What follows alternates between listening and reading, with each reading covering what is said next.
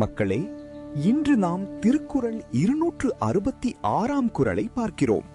இது திருக்குறளின் அறத்துப்பால் பகுதியில் உள்ள துறவறவியல் எனும் பகுதியில் இடம்பெற்றுள்ள தவம் அதிகாரத்தை சேர்ந்த குறள்.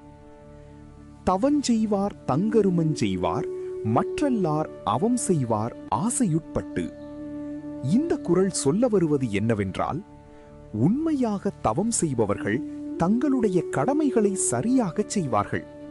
ஆனால் தவம் செய்யாதவர்கள் ஆசைகளில் சிக்கி தவறான செயல்களில் ஈடுபடுவார்கள். ஏனெனில் தவம் மனிதனுக்கு மனக்கட்டுப்பாட்டை தருகிறது. அவன் சரி தவறை தெளிவாக சிந்திக்க உதவுகிறது. சிலர் ஆசை, பேராசை, கோபம் போன்ற உணர்ச்சிகளால் தவறான பாதைக்கு செல்வார்கள்.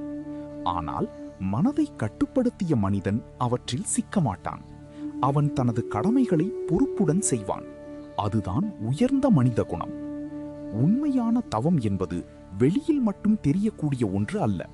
அது மனத்தின் ஒழுக்கம், நல்ல சிந்தனை, சரியான செயல்களில் தெரியும். அதனால் நாம் வாழ்க்கையில் ஆசைகளால் தவறான பாதைக்கு செல்லாமல் ஒழுக்கத்துடன் வாழ கற்றுக்கொள்ள வேண்டும். இதைத்தான் இந்த குறள் மிக அழகாக சொல்லுகிறது.